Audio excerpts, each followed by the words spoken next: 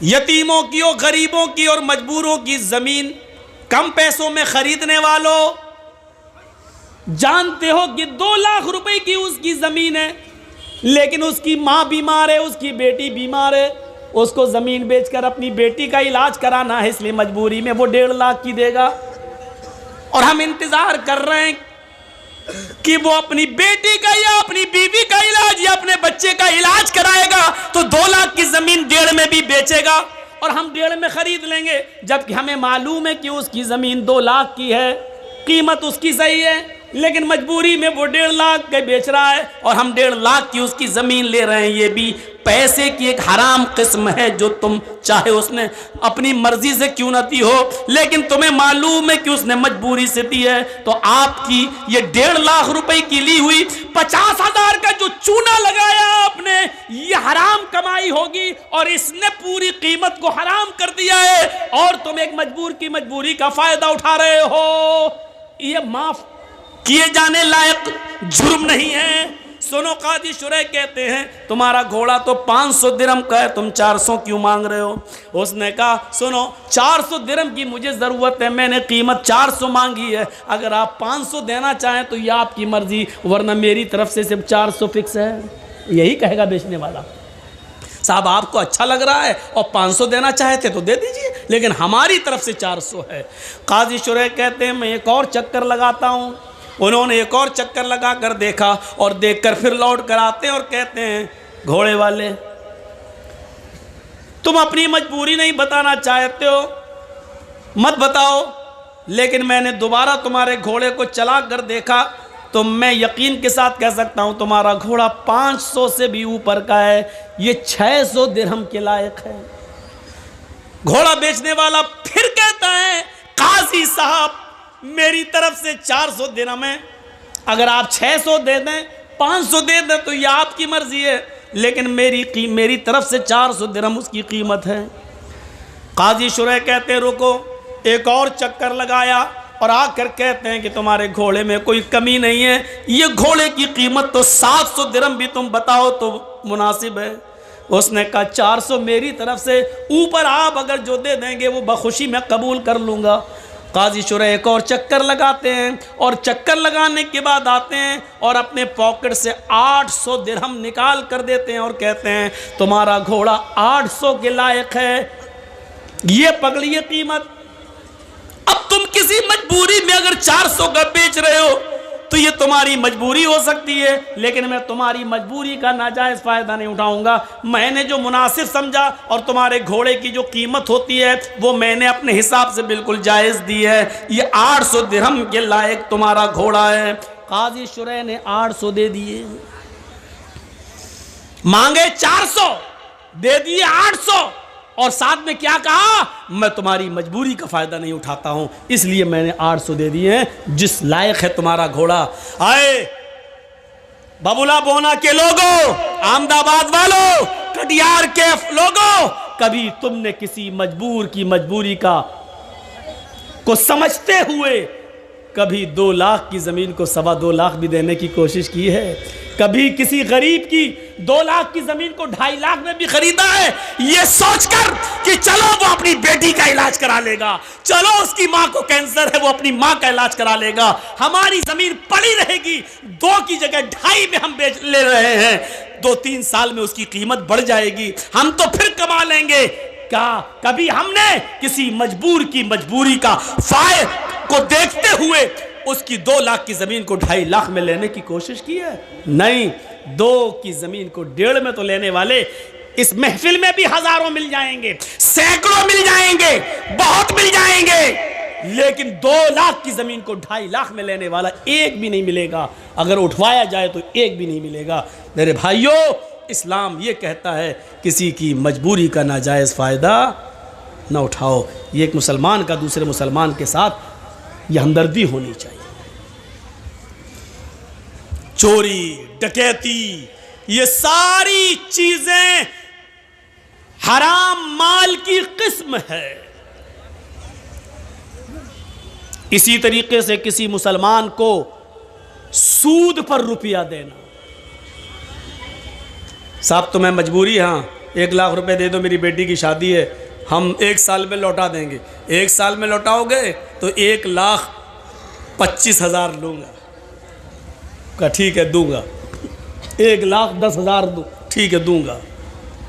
ये भी हराम माल की एक किस्म है। किसी को हम मदद तो कर रहे हैं, कर्ज तो दे रहे हैं, लेकिन शर्त ये लगा रहे हैं कि 1 लाख रुपए की जगह पर हम 1 साल के बाद तुमसे 1,40,000 लेंगे, 1,20,000 लेंगे, बढ़ के लेंगे, क्योंकि हमारा पैसा जा रहा है। अगर हमारे पास होता तो 1 साल में हम कितना कमाते, लिहाजा हम 20,000 तुमसे ज़्यादा लेंगे। और आपकी मजबूरी है, आपने ले लिया और उसने 1 लाख की जगह 1,20,000 तय कर दिया। जानते हो ये ज़्यादा रकम क्या क्या कहलाती है? सूद। या अय्युहल्लज़ीना आमनू ला ताकुलुर रिबा ज़आफ़न मुज़ाफ़तन। ऐ मुसलमानों, तुम सूद ब्याज को दुगना और चौगुना करके मत खाओ। सुनिए, जिसने 1 लाख रुपया दिया, बदले में 5 महीने 6 महीने के बाद 1 साल के बाद 1,10,000 1,20,000 लिया, उसने कितना बड़ा जुर्म किया है। इस्लाम की नजरिए से देखना चाहते हो तो सुनो, अल्लाह के नबी फरमाते हैं अर्रिबा सबऊना हुबन, अर्रिबा सबऊना हुबन व ऐसरुहा अयन कि हर्रजुलु उम्महू। 1 लाख देकर 1,10,000 लेने वालों सुनो, 1 लाख देकर 1,20,000 लेने वालों सुनो, अपने मुसलमान भाई का नाजायज फायदा उठाने वालों सुनो। अल्लाह के नबी फरमाते हैं, मोहम्मद रसूलुल्लाह फरमाते हैं, जिसने 1 देकर 1,20,000 लिया, 1 देकर 1,10,000 लिया, यह सूद है। और सूद के 70 दर्जे हैं। सबऊना हुबन, सूद के 70 दर्जे हैं। ये 70 दर्जों में जो तुमने 1 का 1/10 लिया है, कितना बड़ा जुर्म किया है। उसका सबसे हल्का जुर्म क्या है, सबसे हल्का दर्जा क्या है? ऐसरुहा अय्यन कि हर्रजुलु उम्महू, एक आदमी अपनी मां के साथ निकाह कर रहा है। एक मर्द, एक नौजवान अपनी मां के साथ निकाह कर ले, निकाह हो जाएगा। हदीस में निकाह का लफ्ज है अय्यन कि हर्रजुलु उम्महू, मर्द अपनी मां के साथ निकाह कर रहा है। कहने का मकसद क्या बता दूं, जरा सुनो सूद खाने वालों, सुनो निकाह का लफ्ज़ क्यों कहा है। अल्लाह के रसूल ने कहा जैसे कोई मर्द अपनी माँ के साथ निकाह कर रहे, निकाह होगा ही नहीं। माँ कितनी खूबसूरत हो, बेटा माँ के साथ निकाह पढ़ रहा है। मौलाना जर्जी साहब निकाह पढ़ा रहे हैं। अल्हम्दुलिल्लाह नहमदु व नस्तईनु व नस्तगफिरु या अय्युहल्लज़ीना आमनु तक़ुल्लाह हक़्क़ तुक़ातिही व ला तमूतुन्ना इल्ला व अंतुम मुस्लिमून या अय्युहन्नासु तक़ू रब्बकुमुल्लज़ी ख़लक़कुम मिन नफ़्सिन वाहिदा व ख़लक़ मिनहा ज़ौजहा व बत्थ मिनहुमा रिजालन कसीरन व निसाअ वत्तक़ुल्लाहल्लज़ी तसाअलून बिही वल अरहाम इन्नल्लाह काना अलैकुम रक़ीबा या अय्युहल्लज़ीना आमनु तक़ुल्लाह व क़ूलू क़ौलन सदीदा युस्लिह लकुम अमालकुम व यग़फ़िर लकुम ज़ुनूबकुम व मन युतिइल्लाह व रसूलहु फ़क़द फ़ाज़ फ़ौज़न अज़ीमा। ये निकाह में ये 3 आयतें पढ़ी जाती हैं 3 जगह से, हमने पढ़ दी और निकाह कर भी दिया माँ के साथ। लेकिन इन कुरान की आयतों के पढ़ने के बावजूद माँ बेटे पर हलाल नहीं होगी, यानी निकाह नहीं होगा। पूरा कुरान पढ़ दिया, उसके बाद निकाह पढ़ा दिया, फिर भी निकाह नहीं होगा। जिस तरीके से अल्लाह के नबी के बताने का मकसद क्या है, जिस तरीके से पूरा कुरान पढ़कर, बल्कि हजारों बार कुरान पढ़कर, लाखों मर्तबा कुरान पढ़कर भी अगर तुम निकाह करना चाहो मां के साथ, तब भी मां हलाल नहीं होगी। उसी तरीके से जितना मुश्किल एक लड़के के लिए उसकी मां का हलाल होना मुमकिन नहीं है, उसी तरीके से किसी मुसलमान के लिए किसी मुसलमान की मजबूरी का फ़ायदा उठाकर उससे 10,000 रुपये ज़्यादा लेकर सूद खाना भी हलाल नहीं है। जिस तरह माँ हलाल नहीं हो सकती है उसी तरीके से सूद भी हलाल नहीं हो सकता है, चाहे उस सूद पर 10 लाख मरतबा कुरान क्यों ना पढ़ लिया जाए। और दूसरा मकसद क्या है अल्लाह के रसूल के ये बताने का? सुनो, बहुत सुन चुके हो वेदों के मंत्र। आज हमारी तकरीर और तकरीरों से हटकर है, आज हमारा प्रोग्राम और प्रोग्रामों से बिल्कुल हटकर है। आज हमारा टारगेट सिर्फ आप हैं, हम हैं, हमारा समाज है, हमारा मुआशरा है। क्या हुआ भैया, आपके भी कमर में दर्द हो रहा है?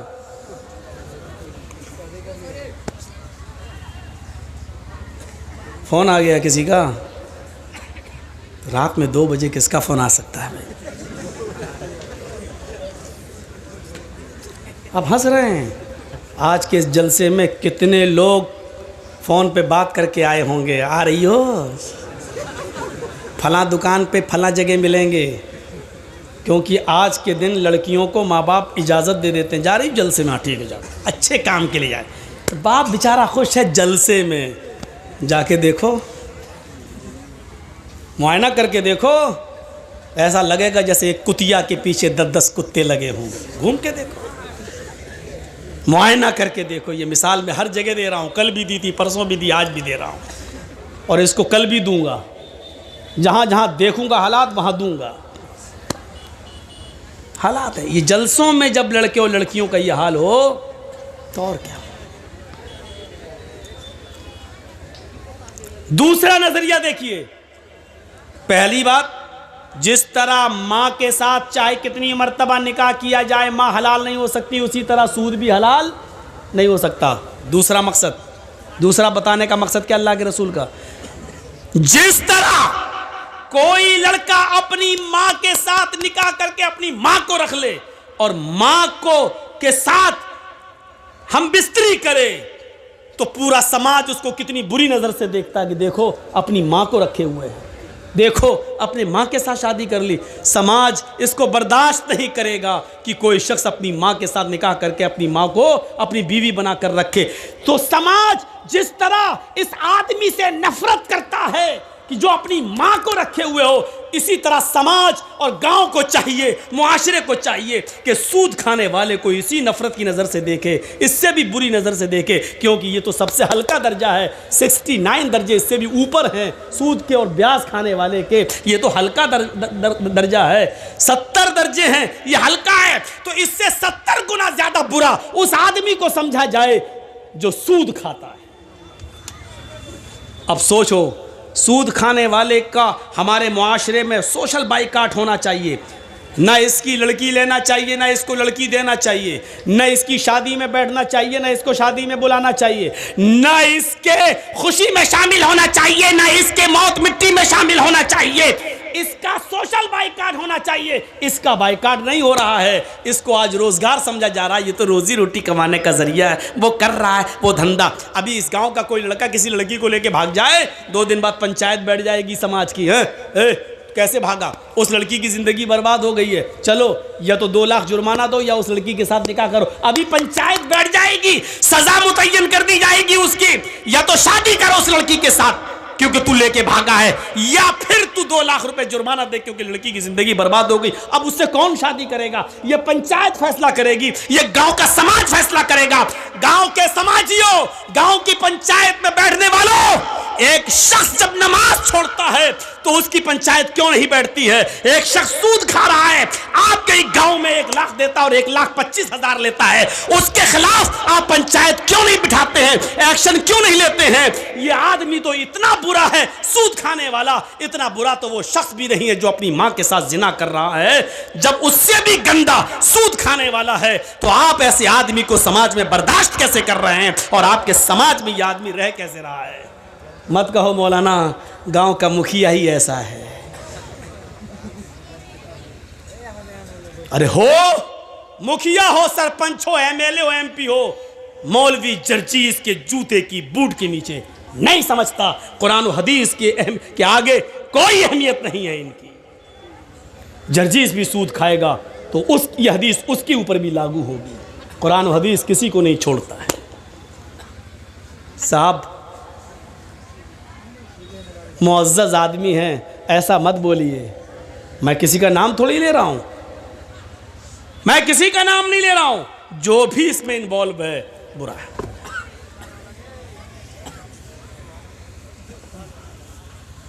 एक और हदीस सुना देता हूँ, उसके बाद बात को आगे बढ़ाता हूँ। दिरहमु रिबा याकुलहु अर्रजुलु व हुवा यअलम अशद्दु मिन सित्ततिन व सलासीन ज़नियतन, रवाहु तबरानी। यह हदीस इमाम तबरानी ने लाए हैं। इस हदीस को अल्लामा अलबानी ने सही करार दिया है, अपनी सिलसिलतुल अहादीस सहिया के अंदर इस हदीस को सही करार दिया है। सुनिए इस हदीस का तर्जुमा। आय हाय हाय, सुन लो माथा पटको और सूद खाने वाले अपनी औकात देखें, कितना गिरा दिया है उनको अल्लाह के नबी ने। 25,000 तो बहुत हो गया, 1 लाख देकर 1,25,000 लेना, 1 लाख देकर 1,10,000 लेना, ये तो बहुत हो गया। या दिरहमु रिबा, भैया आगे वाले बोले नहीं, बात ना करें, आप जा सकते हैं, आपको इजाज़त दे रहा हूं मैं, लेकिन गुफ्तगू नहीं। सुनिए, मैंने पहले ही कह दिया, आज की तकरीर और तकरीरों से हटकर है, समाज के अंदर ये चीज़ आनी चाहिए। दिरहमु रिबा, 1 दिरहम खाना, दिरहमु रिबा, सूद का, ब्याज का 1 दिरहम, 1 रुपया मान लो। सऊदिया में दिरहम इस वक्त जो दुबई का दिरहम है वो 18-20 रुपए में चल रहा है। यही बहरैन के दिरहम का हाल है। सऊदी में तो रियाल चलता है, दिरहम तो है नहीं। तो जहाँ दिरहम चल रहा है 20 रुपए से ज़्यादा कीमत नहीं, चलो 20 रुपए मान लो। दिरहमु रिबा, 1 दिरहम जिसने खाया वह हुवा यअलम, और वो जानता है कि ये सूद है, यानी 100 रुपये दिए और 1 महीने के बाद कहा नहीं अब 120 दो, तो 1 दिरहम हो गया, 20 रुपये का 1 दिरहम मान लो। इसका ये मतलब नहीं कि 20 से नीचे वाला जायज़ है, 1 रुपया ही सूद का क्यों ना हो वो भी हराम है। और सुनिए, जिसने 1 दिरहम खाया जानता है कि ये सूद का है, खा लिया, जुर्म कितना बड़ा है मालूम है? अशद्दु मिन सित्ततिन व सलासीन ज़नियतन, सित्ता 6, सलासीन 30, 6 और 30 जोड़िए, 6 + 6 + 30 कितना हुआ? 36 ज़नियतन, जिना, गोया कि उसने 36 मरतबा जिना किया। 1 रुपया जिसने सूद का खाया जानते हुए कि ये सूद है, ये 1 दिरहम 36 मरतबा जिना से भी ज़्यादा सख्त है। 36 मरतबा जिना करना आसान है, लेकिन सूद का 1 दिरहम 36 मरतबा जिना करने से भी संगीन जुर्म है। क्या रह गया? समाज में कोई लड़का किसी लड़की के साथ एक बार जिना कर ले और पकड़ा जाए तो समाज में नाक कट जाती है, वो लड़की बैठी रहती है, कहीं उसका निकाह नहीं होता है, अरे वो फलां के साथ अरे गलत काम हो चुका है। सोचो 36 मरतबा, और इसको भी कहा कि यह आसान है, सूद का 1 रुपया 36 मरतबा भी जिना से ज़्यादा सख्त है।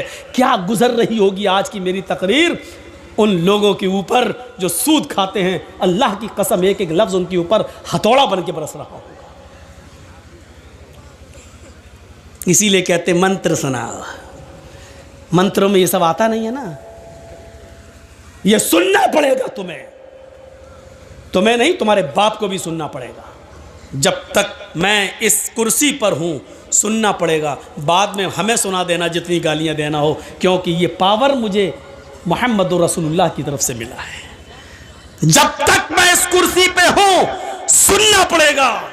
ये है सूद और ब्याज की हैसियत, हकीकत नहीं। अब आपका एक सवाल होगा कि मौलाना साहब बैंकों में हम जो पैसा रखते हैं, आप सोचिए, एक और मसला हल कर दूं, जो लोग बैंक में नौकरी करते हैं, अब उनके बारे में पूछो कि मौलाना साहब वो नमाज़ पढ़ते हैं, उनकी नमाज होगी या नहीं होगी? वो कुर्बानी करते हैं, उनकी कुर्बानी होगी कि नहीं होगी? क्लियर कर दूं, नहीं होगी। क्यों?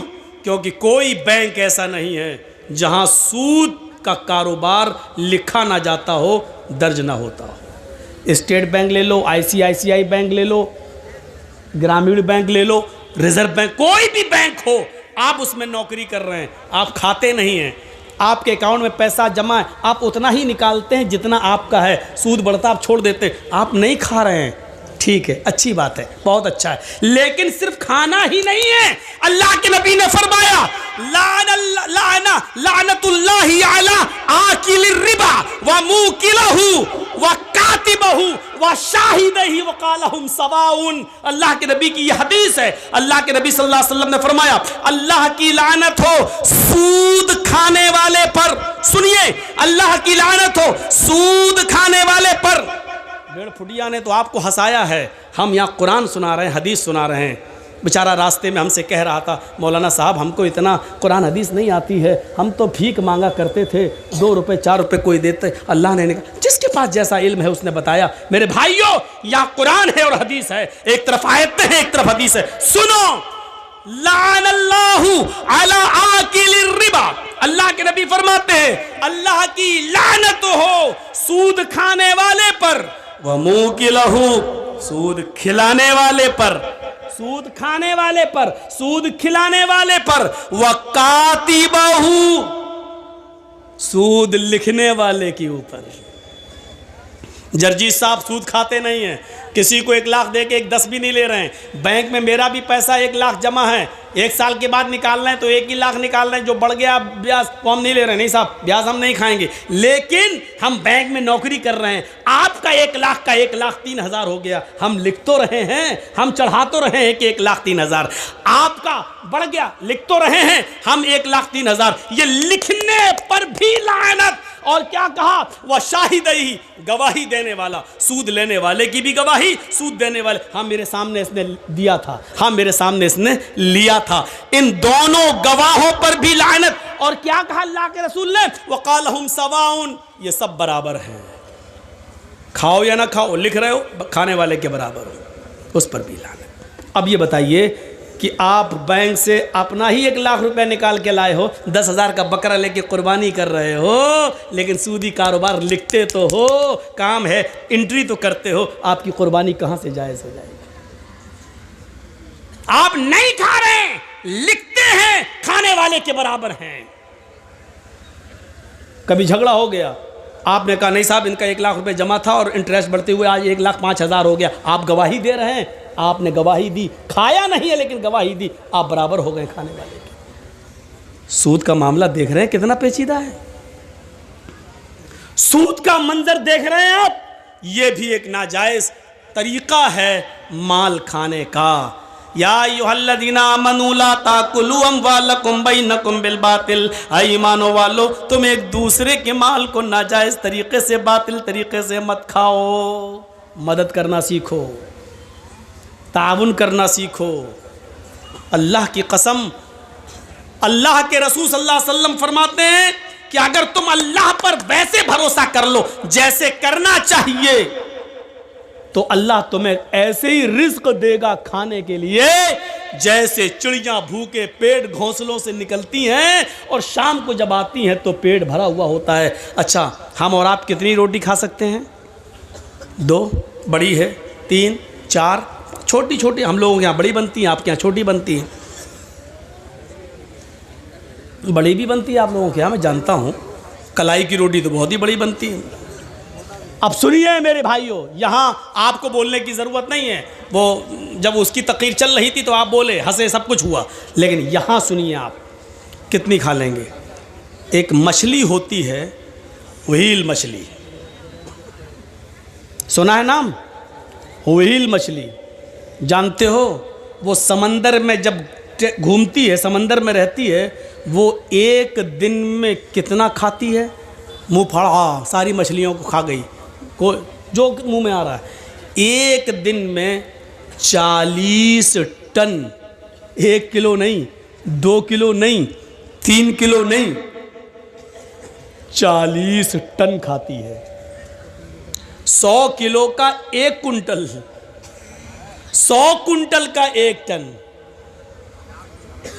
देख रहे हैं ना, 100 किलो का 1 कुंटल और 100 कुंटल का 1 टन कितना खाती है? 40 टन। कितने दिन में? 1 दिन में।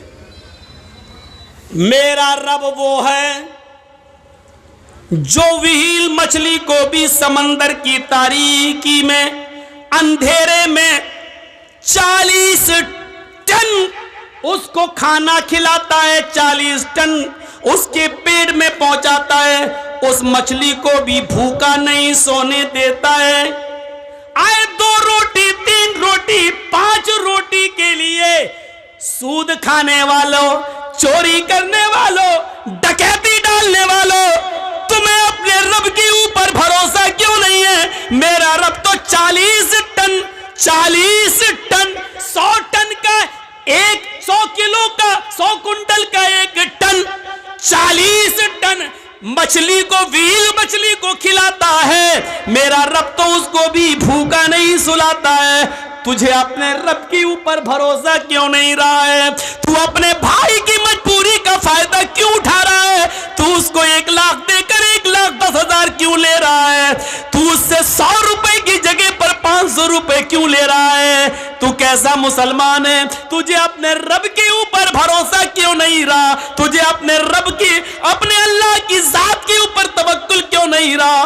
तो तवक्कुल कर, भरोसा कर। मेरा रब जब उस मछली को भूखा नहीं सोने देता है, तू तो अशरफुल मखलूकात है, तू तो अफजल है, तू तो सबसे बेहतर है, तू तो नमाज पढ़ने वाला और रोजा रखने वाला है, तू अपने रब को अच्छी तरीके से जानता है, तू मुसलमान भी है, ला इलाहा इल्लल्लाह पढ़ता भी है, तू नमाज का भी पाबंद है, फिर तुझे अपने रब के ऊपर भरोसा क्यों नहीं है? तू अपने रब के ऊपर भरोसा कर। अल्लाह कहता मेरे बंदो मेरे ऊपर वैसे ही भरोसा करो जैसे करना चाहिए, तो हम तुम्हें भी वैसे ही रिस्क देंगे, रोजी देंगे, जैसे हम चिड़ियों को देते हैं। वो सुबह उड़ती हैं तो भूखी होती हैं, लेकिन शाम को जब वो जंगलों से अपने घोंसलों में जाती है तो उनका पेट भरा हुआ होता है। हम तुम्हें भूखा उठाएंगे जरूर, लेकिन भूखा सुलाएंगे नहीं। तुम भरोसा तो करो मेरे ऊपर। हम तो मुसलमान हैं, हमें क्यों नहीं देगा? हमारा रब तो वो है, हमारा परवरदिगार तो वो है जो काली रात में, काले जंगल में, काले पहाड़ पर काले रंग की जब चींटी चलती है तो इतनी बुलंदी से वो उस चींटी को भी देखता है। उसके जब पैर के रखने की जो आहट होती है, हमारा रब उस आहट को भी सुन लेता है, उसको भी ग़िज़ा देता है। अल्लाह ने उसको पेट दिया है तो ऐसी नाक भी दी है उस मामूली चींटी को कि हम